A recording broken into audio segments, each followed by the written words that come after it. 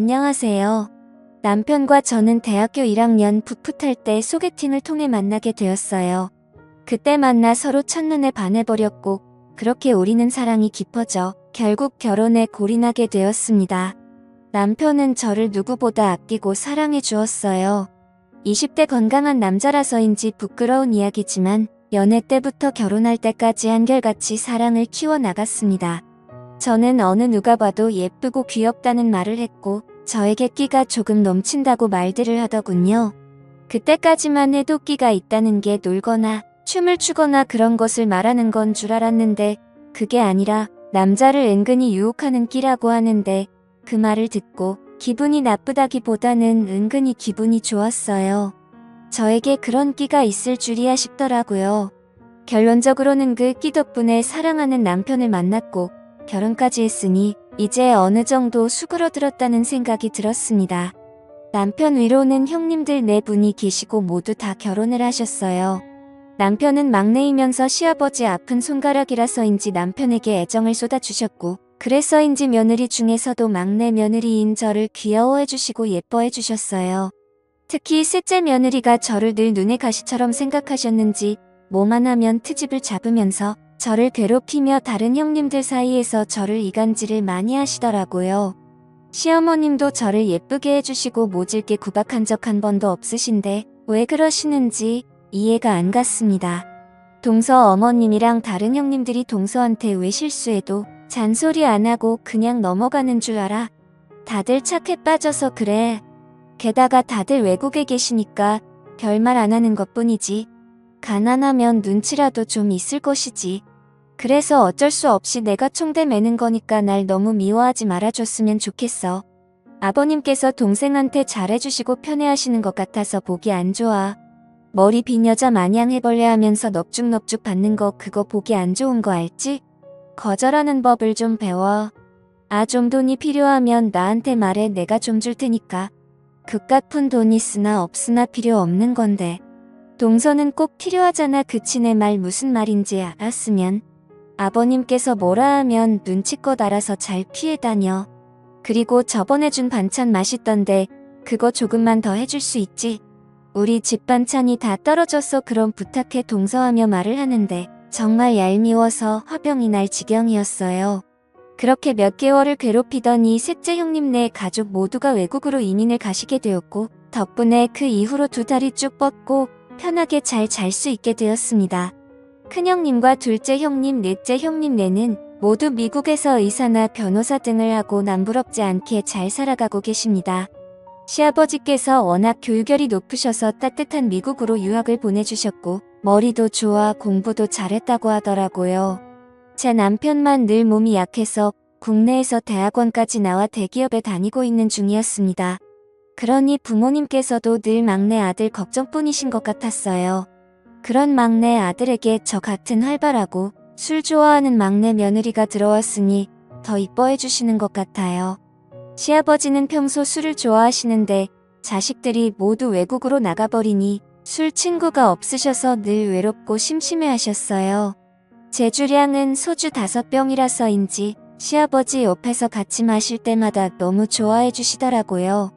시댁에서도 술이 제일 세신 분이 우리 시아버지시거든요. 술 마실 때마다 이런저런 이야기를 저에게 신세한탄도 하시고 즐거운 일이 있을 때마다 신나서 이야기를 하시는 분이세요. 저번에는 시아버지께서 갑자기 부자가 된 이야기를 해주시는데 돈에 관련된 이야기라서인지 더 귀 기울여 듣게 되었습니다. 시댁은 원래 도시 주변 시골에서 살고 계셨는데 그곳에 신도시가 생기는 바람에 가지고 계셨던 논이며 밭을 전부 팔아버리셨대요. 땅 평수가 수만 평이었고 그걸 전부 팔았으니 졸지에 부자가 되었다면서 아직도 통장 금액이나 건물 월세 들어오는 거 보면 믿기지 않는다고 하시더라고요. 저는 그런 이야기를 듣고 나서 아버님 하루아침에 부자가 된다는 건 어떤 느낌이에요? 저도 느껴보고 싶은데 아마 죽었다 깨어나도 못 느끼겠죠? 아버님처럼 제 지갑에도 땅땅하게 현금이 있었으면 좋겠어요. 하고 흘리듯이 말을 한 적이 있는데 그 말을 한 뒤로는 주머니 속을 뒤져서 지갑에 가지고 계신 모든 돈을 제 손에 쥐어주시곤 했어요. 그 용돈이 몇만 원, 몇십만 원이 아니라 한번 쥐어줄 때마다 100만원짜리 수표를 최하 한 장에서 많게는 7장까지 주셨어요. 거절을 해도 끝까지 제 주머니에다가 넣어주시는데 너무 감사하더라고요. 시아버지는 저에게 병약한 막내 아들을 때리고 사느라 고생한다면서 제가 필요한 것을 요청하면 언제든지 다 사주십니다. 게다가 저희 친정집도 어려운데 친정집에 조그마한 주택도 마련해 주시기도 하셨어요. 얼마 전에는 제 승용차도 제일 좋은 걸 사주셨어요. 시아버지 자랑을 하자면 일찍 결혼하셔서 올해 환갑밖에 안 되었고 워낙 동안이라서 얼굴은 40대 중반이라 해도 넘어가더라고요. 시아버지는 외출할 때 운동화에 청바지 그리고 흰 티를 입고 나가셔서인지 저와 같이 팔짱을 끼고 나가면 오빠 동생 아니면 가끔 연인같이 다정하게 보인다는 말도 듣곤 합니다. 그걸 즐기시는 시아버지는 저에게 밖에서는 아버님이라고 부르지 말고 그냥 아빠라고 부르라고 하신 적이 있는데 저는 일부러 놀리려고 시아버지에게 아잉, 아빠는 무슨 그냥 큰오빠하고 부르는 게 나을 것 같아요. 아니다, 큰오빠보다 오빠가 낫겠다. 오빠 나 저기 앞에 아이스크림 먹고 싶은데 하나만 사주면 안 돼요 오빠? 하고 불러본 적이 있는데 그 말을 듣고 좋아하는 시아버지를 보니 그때 왠지 모를 두근거림을 느끼게 되었습니다. 아이같이 웃는 모습이 왠지 꼭 안아주고 싶다는 충동을 저도 모르게 받았거든요. 시아버지는 운동도 많이 하셔서 30대 후반의 몸을 가지고 계십니다. 저와 같이 등산도 다니고 자전거도 같이 타고 하면서 시아버지와 저의 사이는 더 가까워지게 되었습니다. 저도 이제는 시아버지가 안 계시며 살아갈 수 없을 것 같았어요. 때로는 시아버지께서 제 남편인 것 같은 착각이 들 때도 있었고 사실 제 남자친구였고 애인이라고 혼자 생각하고 만날 때가 많았어요. 솔직히 모든 면에서는 남편보다는 시아버지와의 마음이 너무나 잘 맞더군요. 시아버지와 저는 전국의 관광지나 맛집을 같이 찾아다니면서 여행도 다니고 하는데 시어머니는 별의심 없이 며느리와 시아버지 사이가 좋은가 보다 생각하고 지켜보셨고 저희 남편도 아들로서 못해준 효도를 저보고 해달라고 부탁을 하더라고요. 그렇게 시간이 지나가고 어느 순간부터는 시아버지가 점점 남자로 보이기 시작하는데 저는 그 순간 깜짝 놀랐습니다. 마음속으로 시아버지를 사랑하게 된 것 같았거든요. 시아버지도 말씀은 안 하시지만 그런 눈치였어요. 저희 두 사람은 서로를 느끼고 있었어요. 세상 사람들은 저에게 돈 때문에 시아버지를 이용하겠다고 말들은 하겠지만 그렇게 볼 수도 있겠구나 하는 생각도 듭니다. 저는 어릴 적부터 주변 사람들로부터 너무 이쁘다는 이야기를 참 많이 듣고 살았어요. 친정집은 가난했지만 화목했습니다. 그러나 돈이 없으니 먹고 싶은 것 입고 싶은 것 마음대로 하지도 못했어요. 돈 많은 부자들이 정말 부러웠고 저는 제 자신이 너무나 예쁘기 때문에 외모를 무기로 돈 많은 부잣집에 들어가겠다고 수백 번 다짐을 하고 살았거든요. 저는 남자가 나이 많은 건 관계가 없다고 생각하고 살아왔습니다.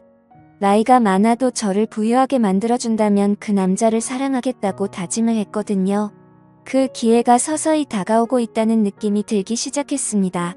그 대상은 제가 사랑하는 내 남자 시아버지였습니다. 뭐 사랑이 별거 있겠어요. 세상에는 죽도록 사랑했지만 돈 때문에 깨져버린 사랑도 있으니까요. 부부간에도 돈 때문에 싸우고 돈이 없어서 사랑하는 관계도 미워하는 관계로 변하는 걸 제 주변에서 많이 봐왔습니다. 저보고 돈에 미친 여자라고 하시겠지만 그래도 할 수 없어요. 저는 돈과 우리 시아버지를 사랑하고 있으니까요. 그런 생각으로 생활하고 있던 어느 날 시아버지와 단둘이 있는데 그날따라 기분이 참 묘하더군요. 밖에는 여름 장맛비가 억수로 쏟아져 내리고 있었고 시아버지는 식사 준비를 하고 있는 저의 모습에 그날따라 눈길을 떼지 못하시는 겁니다. 저는 무더운 여름이라 짧은 바지와 얇은 티셔츠를 입고 있었거든요. 일부러 시아버지 앞에서 제 매력을 어필하려고 했던 것도 같네요. 제 모습을 제가 봐도 난 참 끼가 많구나 하고 생각했습니다. 저는 제 남편에게 느끼지 못한 이상한 묘한 느낌을 시아버지를 통해 느끼고 있었어요. 시아버지는 그날따라 식사하는 도중에도 저의 모습에 정신을 못 차리는 것 같았고 식사를 하시면서 저에게 오늘따라 우리 며느리 모습이 정말로 예쁘다 하시면서 자기가 젊은 나이고 며느리만 아니라면 프로포즈하고 싶다는 엄청난 말을 저에게 하시는 겁니다. 안 그래도 그 말씀에 놀랐는데 그 놀라움이 가시기도 전에 그 뒤에 말은 더 엄청났습니다. 오늘따라 너에게 용기를 내고 싶다고 말씀하시는데 저는 잘못 들은 줄 알고 깜짝 놀랐습니다. 저는 못 들은 척 아버님 저를 어떻게 하시겠다고요? 설마 제가 잘 못 들은 거겠죠? 만약에 맞게 들었다면 아버님 오늘 농담이 좀 지나시네요. 하고 말을 했는데 왠지 그날이 제 인생 역전을 할 수 있는 기회인 것 같아서 바로 시아버지 손을 잡고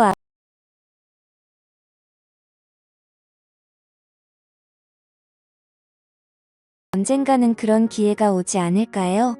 하고 말씀을 드렸고 시아버지는 아무런 말씀도 없이 저를 보면 웃으셨습니다. 그렇게 식사를 마치고 다 먹은 그릇을 치우려고 일어서는 순간 갑자기 시아버지는 제 손을 잡으셨고 그렇게 저도 가만히 있어서 한참을 손을 잡고 있었습니다. 이후로 더 이상의 실수는 하지 않았죠. 하지만 저는 오늘 무슨 실수가 벌어져도 괜찮다는 생각을 하고 있었기에 싱겁게 끝나버린 시아버지의 용기가 너무나 아쉬웠습니다.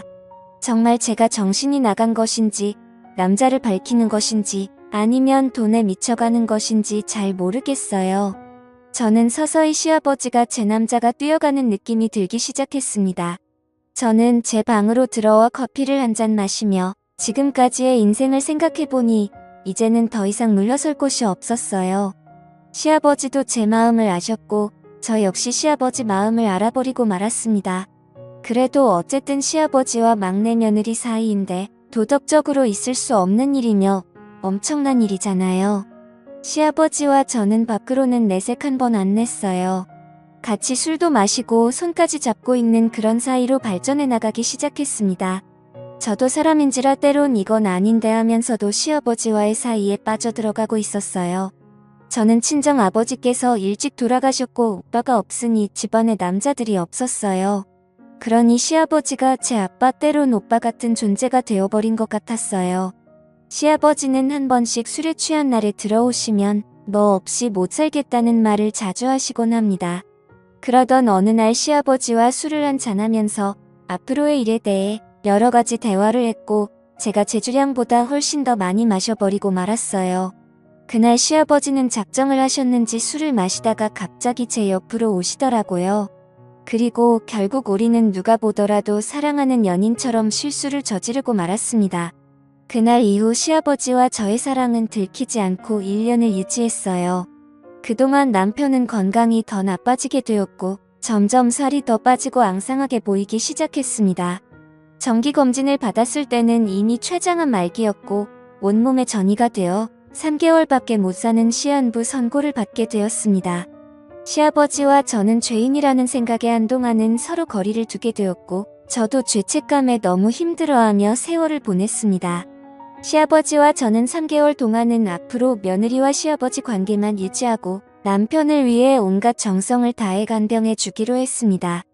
3개월 동안 남편을 위해 정말 최선을 다했고 남편은 결국 3개월도 못 살고 이 세상을 하직하고 말았습니다. 온 가족들이 모두 모여 젊은 나이에 떠난 남편이 불쌍하다고 다들 슬퍼해 주셨고 남편의 장례를 잘 치렀습니다. 시어머님은 30살밖에 안 돼서 세상을 떠난 아들이 그리워 식음을 전폐하고 우시다가 그 충격에 갑자기 쓰러지셨고 우리는 장례식이 끝난 지 얼마 되지도 않았는데 갑자기 쓰러지신 시어머니를 모시고 응급실로 갔습니다. 그렇게 응급실로 간 시어머니는 깨어나시지 않으셨고 결국 운명하시고 말았습니다. 저희 집은 일주일 차이로 남편과 시어머니의 장례를 치르게 되는 끔찍한 상황을 맞이하고 말았습니다. 미국에서 오셨던 형님네 가족들은 모두 다시 돌아가시고 이제 한국에는 시아버지와 저 그리고 제 아들 이렇게 세 사람만 남게 되었습니다. 저는 30대 젊은 나이에 남편 없는 과부가 되었습니다. 앞으로 먹고 사는 것은 시아버지께서 주신 덕분에 전혀 지장은 없었고 시아버지는 손자를 우리 두 사람이 힘을 합쳐 잘 키우자고 말씀을 해주셨습니다. 저 역시 재혼하지 않고 아들을 잘 키우겠다고 약속했어요. 시아버지는 정말 좋아하시더군요. 시아버지와 저는 남편과 어머니가 돌아가시고 1년 동안은 며느리와 시아버지로 돌아가자고 서로 약속을 했습니다. 그것이 돌아가신 남편과 시어머니에 대한 도리인 것 같았거든요. 저희는 두 분의 명복을 빌며 조용히 보냈고 시아버지는 저희 집에 오셔서 식사를 하시고 집에 가시는 그런 생활을 자주 하셨어요. 1년이 지났을 무렵 저희들은 시아버지 집으로 가서 세 사람이 살게 되었고 낮 시간에는 저와 시아버지 두 사람만 남게 되었습니다. 시아버지는 집안일도 많이 도와주시더군요. 동네 사람들은 시아버지와 저의 관계를 잘 모르기 때문에 나이 차이 나는 서로를 잘 배려하는 보기 좋은 부부라고 말을 했습니다. 결국 현재는 시아버지와 저는 부부처럼 지내고 있습니다. 세상 사람들이 알게 되면 돌팔매질을 하겠지만 시아버지와 며느리의 관계를 떠나 남자 대 여자 그리고 사람 대 사람이라고 생각해보니 마음이 훨씬 편하더군요. 저는 시아버지와 며느리라는 기억을 다 잊고 다른 연인들처럼 한 남자와 한 여자로 살아가겠습니다. 긴 사연을 들어주셔서 감사합니다.